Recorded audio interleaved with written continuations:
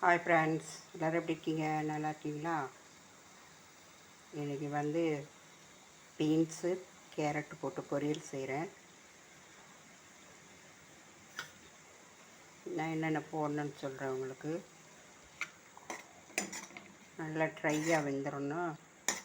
தண்ணியெலாம் வற்றிட்டு ட்ரையாக வெந்தோடனே நம்ம தேங்காய் பூ போட்டுக்கலாம்.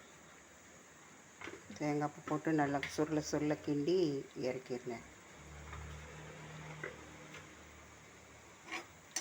பட்டை மிளகா போடாமல் பச்சை மிளகா போடுங்க.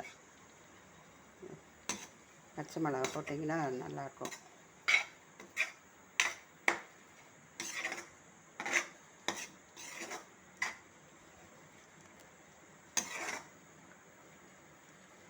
Okay friends.